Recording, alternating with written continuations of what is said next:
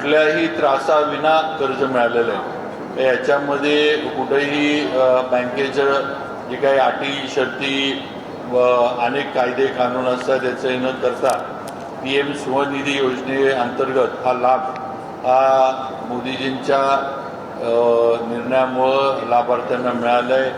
मुद्रा योजनेअंतर्गत लहान व्यवसायांसाठी 57 कोटी, त्याचबरोबर या तारणमुक्त कर्ज वितरण झालेलं आहे।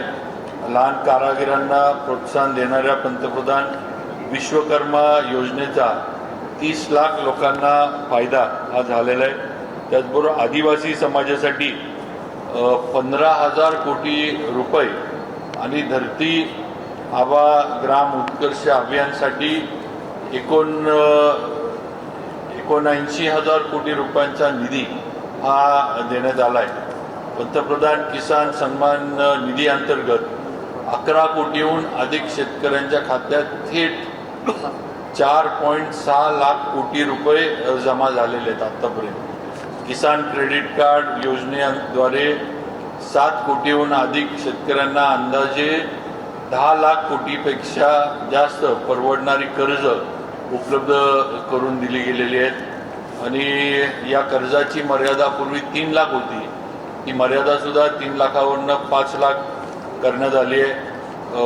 त्याचबरोबर कर सवलतीची मर्यादा सुद्धा 2 लाखावरून 12.75 लाखापर्यंत वाढवण्यात आल्याने देशातल्या एक मध्यम वर्गीयांना एक दिलासा या माध्यमातून मिळाला आहे। माता आणि भगिनींच्या आर्थिकदृष्ट्या सक्षम करण्यासाठी लखपती दिदी योजनेअंतर्गत 3 कोटीहून अधिक महिलांना लाभ हा केंद्र सरकार आणि मोदीजींच्या माध्यमातून दिला गेला आहे। सुकन्या समृद्ध योजनेअंतर्गत 4.5 कोटीहून अधिक खाती उघडण्यात आली आहे। राष्ट्रीय सुरक्षेत महिलांचा सहभाग वाढवण्यासाठी सुरक्षा दलांमध्ये हे आपण म्हणतो की महिला सगळ्या क्षेत्रात पुढे पाहिजे। आज मोदीजींच्या त्यांचा जो दृष्टिकोन आहे त्याच्या माध्यमातून सुरक्षा दलामध्ये महिला अधिकाऱ्यांची संख्या ही पूर्वी 3,000च्या आसपास होती, ती आज 11,000पर्यंत महिला अधिकाऱ्यांची सुरक्षा याच्यामध्ये मग एअरफोर्स असेल, मिलिटरी असेल, नेव्ही असेल याच्यामध्ये आज वाढलेली आहे। त्याचबरोबर पर्यावरण रक्षणासाठी सुद्धा पंतप्रधान सूर्यघर मोफत वीज योजनेअंतर्गत 1 कोटी घरांच्या छतांवर सौर यंत्रणा बसवण्यात आली आहे आणि याच्यामुळं प्रदूषण सुद्धा जे सौर ऊर्जेमुळे आपल्याला माहिती आहे की ग्रीन एनर्जी आहे, त्यातनं कुठले प्रदूषण होत नाही। त्याचबरोबर आज आपण जर पूर्वी अटल बिहारी वाजपेयी असताना जी मूलभूत जे आपण सुविधा म्हणतो, इन्फ्रास्ट्रक्चर जे म्हणतो, त्याच्यामध्ये अटल बिहारी वाजपेयींनी 2000 साली सुरू केलेली दूरदर्शी योजना पंतप्रधान ग्रामीण सडक योजनेचं आज नवीन त्याला एक हे देऊन त्याचा म्हणजे भारताच्या ग्रामीण रस्त्यांचा चेहरामोहरा बदलण्याचं काम झालेलं आहे। आज 8 लाख किलोमीटरचे पक्के रस्ते हे देशभरामध्ये बांधण्यात आलेत।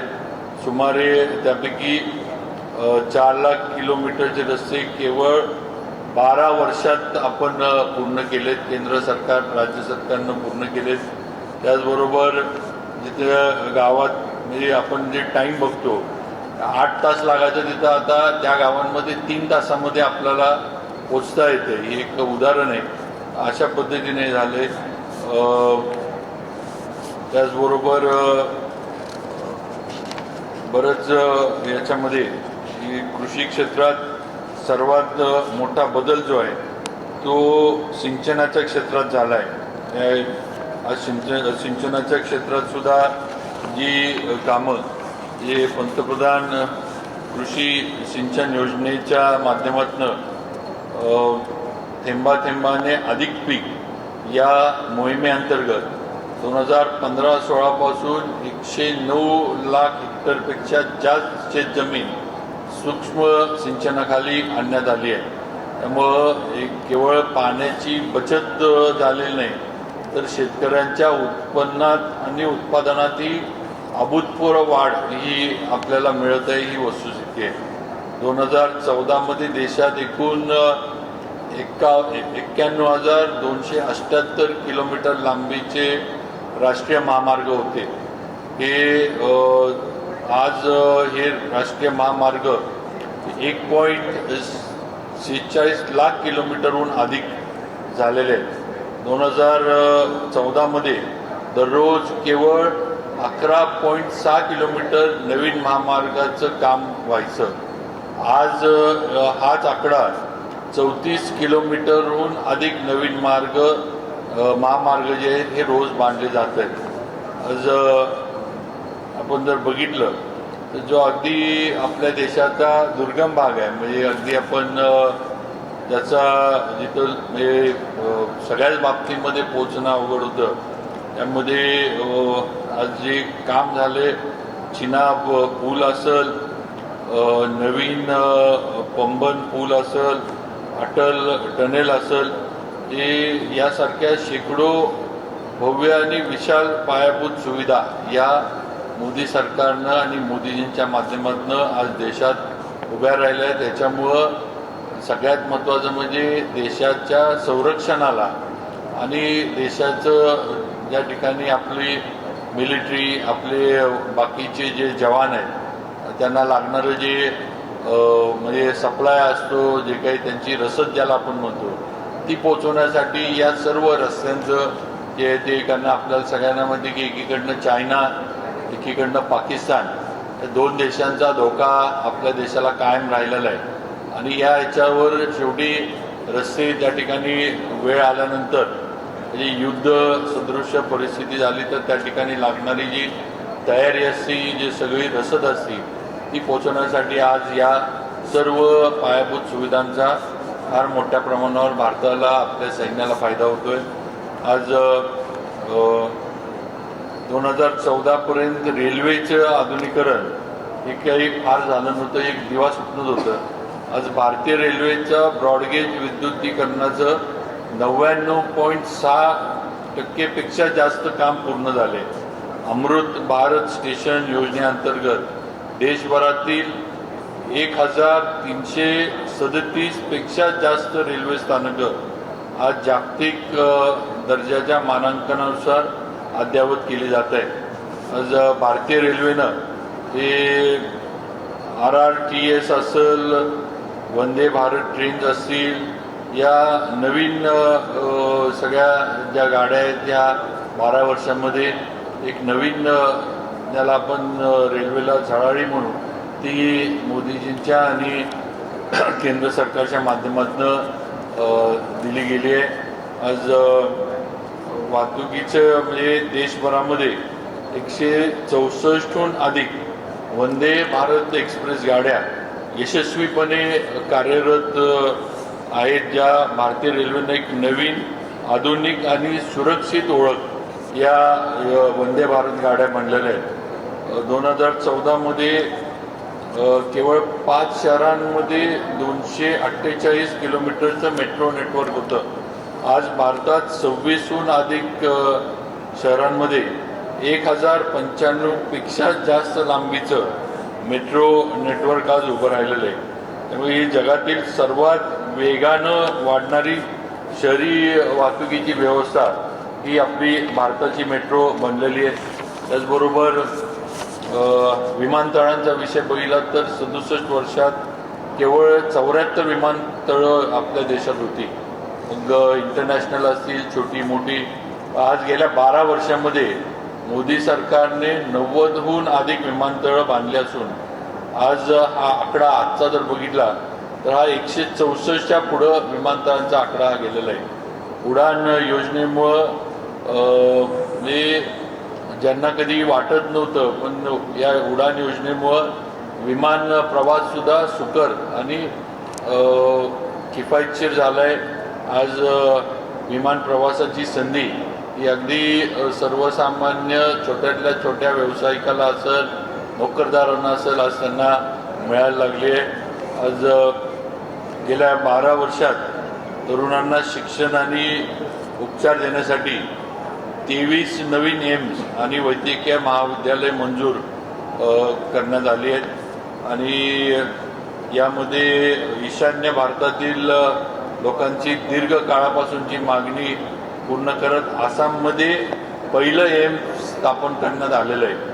मिशन इंद्रधनुष अंतर्गत बाल आरोग्यासाठी 54 कोटीहून अधिक मुलांना मोफत लसीकरण हे केंद्र सरकारच्या आणि मोदीजींच्या निर्णयातनं आज केलं गेलेलं आहे.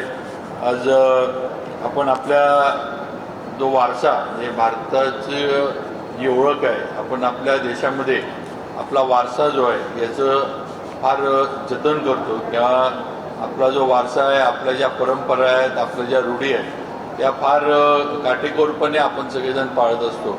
यामध्ये हा वारसा जपण्याचं कामसुद्धा म्हणजे एकीकडं प्रगती होती आहे, एकीकडं इंटरनेटच्या युगामध्ये आपण गेलो आहे. आज आपण हे ज्याला आपण इतर देशांना सुपर पॉवर म्हणायचो, आज त्या रांगेमध्ये भारताला पंतप्रधान मोदीजींनी नेलंय.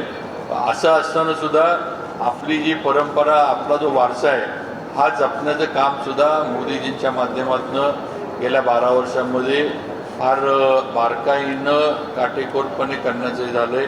त्यामध्ये आपण बघितलं तर सांस्कृतिक जाणीव आणि राष्ट्राभिमान ही नव्या उंचीवर पोचला आहे. गुलामगिरीच्या मानसिकतेमध्ये म्हणजे मानसिकतेतून मुक्त होऊन राजपथ जे नाव होतं तसं आता कर्तव्यपथ हे नाव जे हे करण्यात आलं आहे नामकरण. इंडिया गेटवर नेताजी सुभाषचंद्र बोस यांचा एक भव्य पुतळा आता उभा करण्यात आला आहे. भारतरत्न डॉक्टर बाबासाहेब आंबेडकर यांच्या जीवनाशी संबंधित 5 प्रमुख स्थळे हे पंचतीर्थ म्हणून विकसित करण्यात आलेली आहेत. त्याचबरोबर जे आदिवासी वीर होते त्यामध्ये महान नेते भगवान बिरसा मुंडा यांची जयंती आदिवासी अभिमान दिन म्हणून घोषित करण्यात आली आहे. सरदार पटेलांचा स्टॅच्यू ऑफ युनिटी आणि नवीन संसद भवन हे त्या ठिकाणी बांधण्यात आले. रेसकोर्स रोडचे नाव बदलून लोककल्याण मार्ग ठेवण्यात आलेलं आहे. आज छत्रपती शिवाजी महाराजांची सुद्धा जी गडकिल्ले आपण जिथं सगळेजण जिथं आपली महाराष्ट्रात आणि देशात छत्रपतींच्या ह्याच्याबद्दल जी आपली सगळ्यांची भावना आहे, आज आपल्या छत्रपतींचे गडकिल्ले आणि छत्रपती शिवाजी महाराजांचा इतिहास युनेस्कोच्या लिस्टमध्ये हे गडकिल्ले आणून हे जगाच्या नकाशावर आणण्याचं काम हे पंतप्रधान मोदीजी आणि महाराष्ट्राचे मुख्यमंत्री देवेंद्रजी यांच्या माध्यमातून झालं. हे सर्व शिवभक्तांनी सुद्धा लक्षात घेतलं पाहिजे. आज अंदमान आणि निकोबार बेटांमधील 21 बेटांना आपल्या परमवीर चक्र विजेत्यांची नावं देण्यात आली आहेत. पोर्ट ब्लेअरचं नाव बदलून श्री विजयपुरम हे करण्यात आलं आहे. त्याचबरोबर मोदी सरकारनं जनता कर्फ्यू, टाळी अभियान, हर घर तिरंगा, एक पेड माँ के नाम यासारख्या उपक्रमांमध्ये देशातील 140 कोटी नागरिकांना एकत्र आणले. हे आपण बघितले. Fit India movement, vocal for local यासारख्या मोहिमांना देशातील लोकांमध्ये स्वदेशी उत्पादनं ही उत्तम आरोग्याबद्दल एक नवीन आत्मविश्वास आणि स्वदेशी उत्पादनांबद्दल एक म्हणजे आकर्षण या योजनांमुळं निर्माण करण्यामध्ये मोदी सरकार यशस्वी झाले. आज भारताने वसुदैव कुटुंबकम या भावनेला मूर्त रूप दिलंय. आज भारताने कठीण काळामध्ये हे आज 99 देशांना जी लस आपण पुरवली कोविडच्या काळामध्ये, एक हे आपण वेळ आल्यावर जगाचा पण विचार किंवा जगातल्या नागरिकांचा विचार पण भारत करतं, आपले पंतप्रधान मोदीजी करतात, हे या माध्यमातून आपल्याला बघायला मिळते. G20 चे भारताचे अध्यक्षपद ही यशस्वीरित्या भारताने पार पाडले.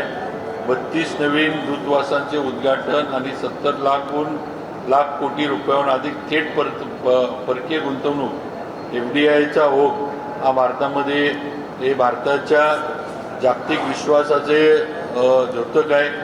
38 देशांमध्ये स्वाक्षरी केलेल्या 9 मुक्त व्यापार करारांमुळे AFTA ज्याला आपण म्हणतो आपल्या शेतकऱ्यांसाठी आणि उद्योगांसाठी प्रमुख जागतिक बाजारपेठा याच्यामुळे खुल्या झाल्यात. आज 177 देश एकत्र येऊन हे आंतरराष्ट्रीय योग दिन हा आज साजरा करतात. याची सुरुवात पंतप्रधान मोदीजींनी केली. आज 10 जून हा भारतातील लोकशाहीचा एक अभूतपूर्व आणि ऐतिहासिक टप्पा आहे. पंतप्रधान नरेंद्रजी मोदी हे देशाचे पहिले पंतप्रधान पंडित जवाहरलाल नेहरू यांना मागे टाकून भारताच्या इतिहासातील सर्वाधिक काळ पदावर राहिलेले निर्वाचित पंतप्रधान बनतील. हे पंतप्रधान नरेंद्रजी मोदी यांना 32 आंतरराष्ट्रीय सन्मान हे आतापर्यंत मिळाले. मॉर्निंग कन्सल्ट सर्वेक्षणात 75% पसंती मिळवून ते जगातील सर्वात लोकप्रिय नेते बनले आहेत. त्याचबरोबर महाराष्ट्राच्या बाबतीमध्ये जर आपण बघितलं महाराष्ट्र हे देशाचे आर्थिक इंजिन आहे. देशाच्या एकूण GDPमध्ये सर्वाधिक वाटा उचलणारे सर्वाधिक कर रूपाने महसूल देणारे हे राज्य आपलं महाराष्ट्र आहे. 2014 ते 2026 या 12 वर्षाच्या कालखंडात देशात आणि राज्यात अनेक राजकीय स्थित्यंतरं झाली. केंद्रात पूर्ण बहुमताचे सरकार आले तर महाराष्ट्रातील सत्ता संघर्षानंतर अनेक अंक पाहायला मिळाले. या पार्श्वभूमीवर गेल्या 12 वर्षात केंद्र सरकारने महाराष्ट्राला हे केवळ राजकीय चष्म्यातून बघितलं नाही तर पायाभूत सुविधा, उद्योग, कृषी, रेल्वे आणि थेट निधी वाटप या निकषांवर तटस्थपणे घेतलेला निर्णय आपल्याला बघायला मिळतात. गेल्या 12 वर्षात केंद्र सरकारने महाराष्ट्राला दिलेलं सर्वात मोठे आणि दृश्य असे योगदान कोणते तर आपण बघा की पायाभूत सुविधांमध्ये केंद्रीय रस्ते वाहतूक मंत्रालयाच्या माध्यमातून आज समृद्धी महामार्ग आणि मुंबई ते नागपूर हा राष्ट्रीय महामार्ग झाला. दिल्ली मुंबई एक्सप्रेसवेचं महाराष्ट्रातला भाग तसेच विविध जिल्ह्यांना जोडणारे राष्ट्रीय महामार्गांचं चौपदरीकरण असेल. त्याचबरोबर सगळ्या याच्यामध्ये हे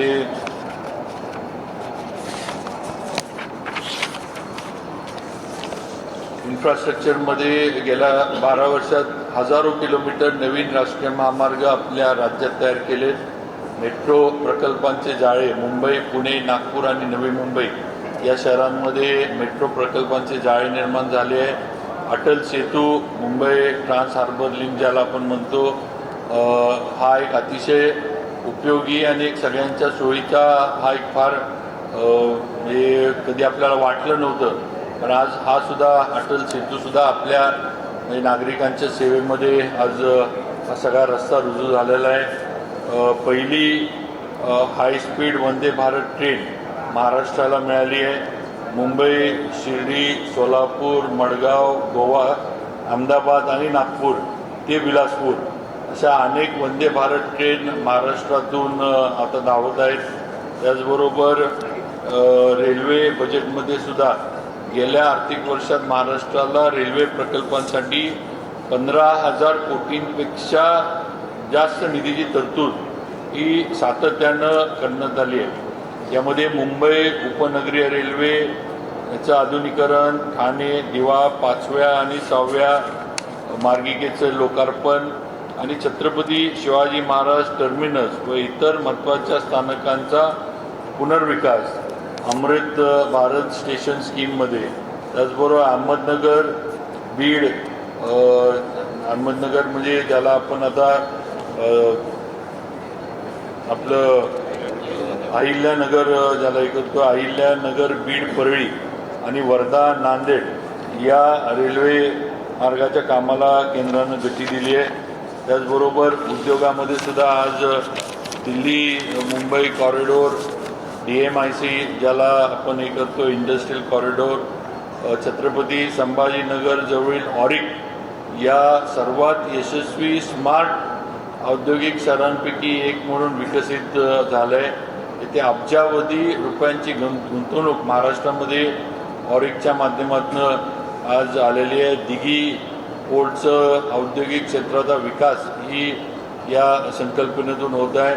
सगळ्यात मोठं वाढवण बंदर पालघर जिल्ह्यामध्ये वाढवण येथे उभारण्यात येणारं बंदर हा केंद्र सरकारचा एक महत्त्वाकांक्षी मेगा प्रकल्प आहे. सुमारे 76,000 कोटी रुपयांच्या या प्रकल्पाला केंद्र सरकारनं अंतिम मंजुरी दिली असून हे बंदर जगातील पहिल्या 10 मोठ्या बंदरांमध्ये स्थान मिळवेल असा अंदाज आहे. आणि यामुळं महाराष्ट्रातील किनारपट्टीवर रोजगाराची आणि व्यापाराची मोठी लाट येण्याची शक्यता आहे. आज टेक्स्टाईल पार्क PM मित्राच्या माध्यमातून अमरावती इथे आपल्या राज्यात PM मित्राच्या उभा करण्यात आला, मंजूर करण्यात आला आहे.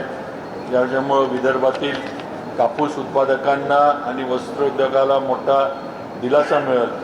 आज कृषी सिंचन आणि दुष्काळ निवारणात सुद्धा महाराष्ट्र हा सातत्यानं दुष्काळी आणि अवकाळी पावसाचा सामना करणारा प्रदेश आहे. या पार्श्वभूमीवर केंद्र सरकारनं कृषी आणि सिंचन क्षेत्राला पण भरपूर सहकार्य केलं आहे. पंतप्रधान कृषी सिंचन योजना PMKSY महाराष्ट्रातील तब्बल 26 मोठ्या आणि मध्यम सिंचन प्रकल्पांचा समावेश या योजनेत करण्यात आला आहे. आज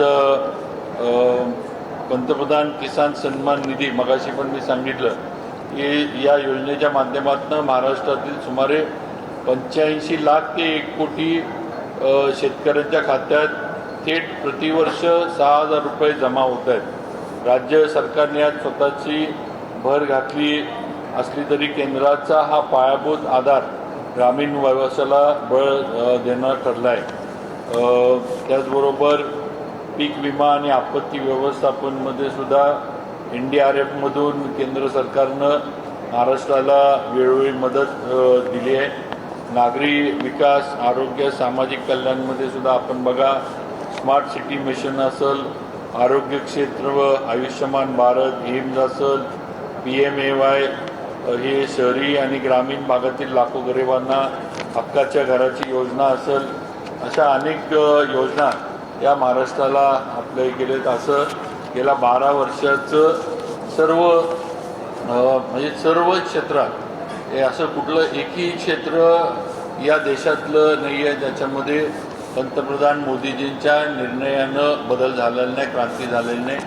आणि सगळ्यात महत्त्वाचं म्हणजे भारताची ओळख, एक भारताचं जी ओळख जगात जी आज निर्माण झाली आहे ही नक्कीच फक्त आणि फक्त पंतप्रधान मोदीजींचं नेतृत्व या भारताला पंतप्रधान पद म्हणून त्या ह्याच्यावर मिळालं. म्हणून आज भारताचा दबदबा, भारतीयांना जो जगभरामध्ये मिळणारा आदर आहे हा सगळा जो आहे हा आपल्या पंतप्रधानांमुळं आहे. त्यांच्या कामामुळं, त्यांच्या सगळ्या वलयामुळं आज हे जगभरामध्ये भारताची जी काय आहे ती आपल्याला बघायला मिळते. असं गेले 12 वर्षाचं काम हे जेवढं थोडक्यात मांडता येईल तेवढं आम्ही मांडलं आहे. तर याच्यापेक्षा पण फार मोठं काम पंतप्रधान मोदीजींचं आहे, चालू आहे. आपल्या इकडं सुद्धा केंद्र सरकार, राज्य सरकारच्या जिल्ह्याचा विचार केला तर सातारा मेडिकल कॉलेज आता अंतिम टप्प्यात आलं आहे, त्याचं आपण हे करतो आहे. बाकी आपले सैनिक स्कूलचं नूतनीकरण दुसरा टप्पा आता त्याचा सुरू झाला आहे. त्याचबरोबर आपल्या इथं बाकीच्या याच्यामध्ये सुद्धा केंद्र सरकार, राज्य सरकारच्या माध्यमातून जिल्ह्यातील सिंचन प्रकल्पांना फार मोठ्या याच्यावर आज आपल्याला हे मिळाले. महामार्गाचं सन्मान्य मोदीजी असतील, सन्मान्य गडकरी साहेब असतील यांच्या माध्यमातून आपलं महामार्गाचे रुंदीकरण किंवा त्याचे पुढचे जे आहेत त्या गोष्टी पूर्णत्वाला गेल्यात. बरेचसे ओव्हरब्रिजेस, कराडचा आता ब्रिज लवकरच जो आपला नॅशनल हायवेचा आहे तो सुरू होतो आहे. अजिंक्यतारा चं आपलं साताऱ्यातलं प्रकल्प असेल, किल्ल्याचा तारा राणींची, शाहू महाराजांची, येशूबाईंची समाधी असेल, याला दिलेला निधी असेल, अशा अनेक खंडाळा टनल हे आज आपला एक टनल ओपन झाला आहे. लवकरच दुसरा टनल पण आपला ओपन होतो आहे. हे सुद्धा टनलचं बोगद्याचं काम जे आहे खंडाळ्याचं, हे केंद्र सरकारच्या माध्यमातून केंद्राच्या मदतीमुळं आणि सहकार्यामुळं आज सातारकरांसाठी झालं आहे. सातारचा IT पार्क आज राज्य सरकारच्या माध्यमातून दिला आहे. त्यालासुद्धा राज्य सरकार असेल, केंद्र सरकार असेल, त्याला पुढेसुद्धा मदत करणार आहे. अशा अनेक जिल्ह्यासाठी पण योजना या राबवण्याचं काम हे भारतीय जनता पार्टी, देशाचे आपले पंतप्रधान मोदीजींच्या केंद्र सरकारच्या माध्यमातून आणि राज्याचे आपले जे सगळ्यांचे नेते देवेंद्रजी यांच्या नेतृत्वाखाली आज सुरू आहे. त्यामुळे मी आमच्या सर्वांच्या वतीनं आणि एक भारताचा सातारचा नागरिक म्हणून पंतप्रधान मोदीजींची कारकीर्द ही अशीच यशस्वी पुढं चालत राहावं आणि त्यांना उदंड आयुष्य मिळो ही आई तुळजाभवानीच्या चरणी सर्वांच्या वतीनं प्रार्थना. साहेब, महायुतीची समन्वय बैठक पार पडली आज कराडमध्ये, पण या महायुतीच्या बैठकीला शिवसेनेचे असतील किंवा राष्ट्रवादीचे हे तुमचे मित्रपक्ष कोणीही म्हणजे नेते असतील त्यांचे किंवा पदाधिकारी हे कोणीही इथं आलेले नाही. आता आजची बैठक जी होती ती रवींद्र चव्हाण साहेबांनी ती बैठक केली होती आणि त्यांचं सर्व जे महायुतीचे आमचे घटक पक्ष आहेत, शिवसेना आहे, राष्ट्रवादी आहे, इतर पण आहे, त्यांची सगळ्यांची चर्चा ही चव्हाण साहेबांची वगैरे सगळ्यांची झालेली आहे. महायुतीच्या याच्यामध्ये आम्ही सगळेजण एकत्र आहोत. भाजप असेल, राष्ट्रवादी असेल, शिवसेना असेल किंवा अन्य आमचे घटक पक्ष असेल, आमच्यामध्ये कुठेही काहीही समन्वयामध्ये आणि उद्याच्या येणाऱ्या विधान परिषदेच्या मतदानामध्ये कुठलीही अडचण नाही. सर्व महायुतीचे नेते, मंत्री, आमदार आणि मतदार, जिल्हा परिषद, पंचायत समिती आणि नगरपालिका, नगरपंचायत हे मोठ्या प्रमाणावर म्हणजे सगळी ती मतं तर आम्हाला आमच्या भाजपच्या महायुतीच्या उमेदवाराला मिळतील.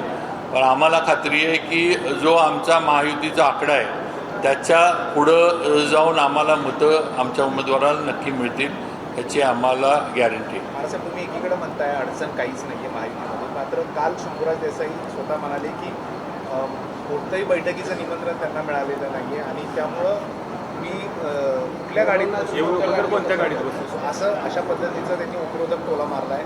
काय सांगा? नाही, असं हे नाही आहे. कारण मी आपल्याला सांगितलं की शंभूराजेंचं आबा असतील, संजीवराजे असतील, त्याचबरोबर आमचे प्रदेशाध्यक्ष रवींद्र चव्हाण साहेब असतील, यांची चर्चा होऊनच सगळे झाले. तर शंभूराजांशी मी स्वतः त्यांच्याशी मकरंदाबांशी माझं फोनवरनं बोलणं झालं, संजीवराजांचं माझं बोलणं झालं, इवन आपले ग्रामविकास मंत्री जयकुमार गोरेसाहेब पण त्यांच्याशी बोलले. तेव्हा आमच्यात समन्वय आहे. आमच्यामध्ये जे काही आहे ती चर्चा म्हणा किंवा जे काही निवडणुकीसाठी जो समन्वय ठेवला पाहिजे तो आमच्यात आहे आणि आम्ही सगळेजण महायुती म्हणून एकत्रच आहोत आणि एकत्रच एक दिलानंच मतदान आहे ते होणार आहे, एवढं मी आपल्याला सांगतो. बाबा, एक वेगळी आठ शिवसेना आणि राष्ट्रवादीने आजच्या बैठकीच्या बाबतीमध्ये मी सुरुवातीला सांगितलं की रवींद्र चव्हाण साहेबांचं आणि शंभूराजे असतील, मकरंदाबा यांची चर्चा होऊनच आजच्या बैठकीचं जे आहे ते नियोजन करण्यात आलेलं आहे. बाबा, एक वेगळी आठ ठेवण्यात आली आहे राष्ट्रवादी आणि शिवसेनेच्या पक्षाकडून अशी सूत्रांची माहिती आहे. जिल्हा परिषदमध्ये दोन्ही पक्षांना सत्तेत घ्यावं आणि 6.25 वर्ष हे विभागणी मतदान केलं जाईल असं सदस्यांचं म्हणणं आहे. ही अट जी आहे ही तुमच्याकडे आलेली आहे. अजून आमच्याकडे काय अशी कुठली अटी शर्ती आमच्या महायुतीमध्ये नाही आहेत आणि ते आम्ही सगळे एकत्रच आहोत.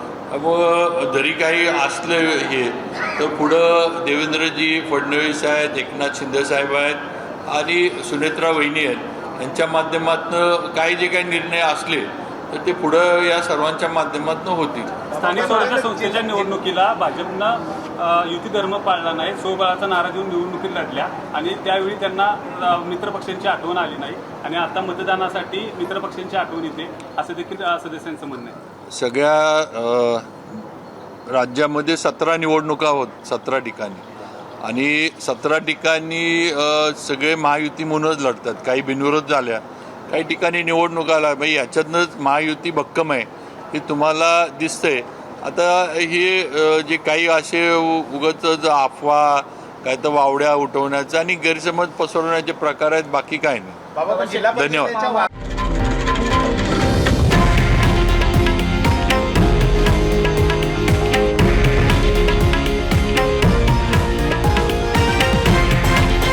हे आहे देशातील नंबर 1 न्यूज नेटवर्क आणि आपण पाहत आहात TV9 मराठी, एकमेव.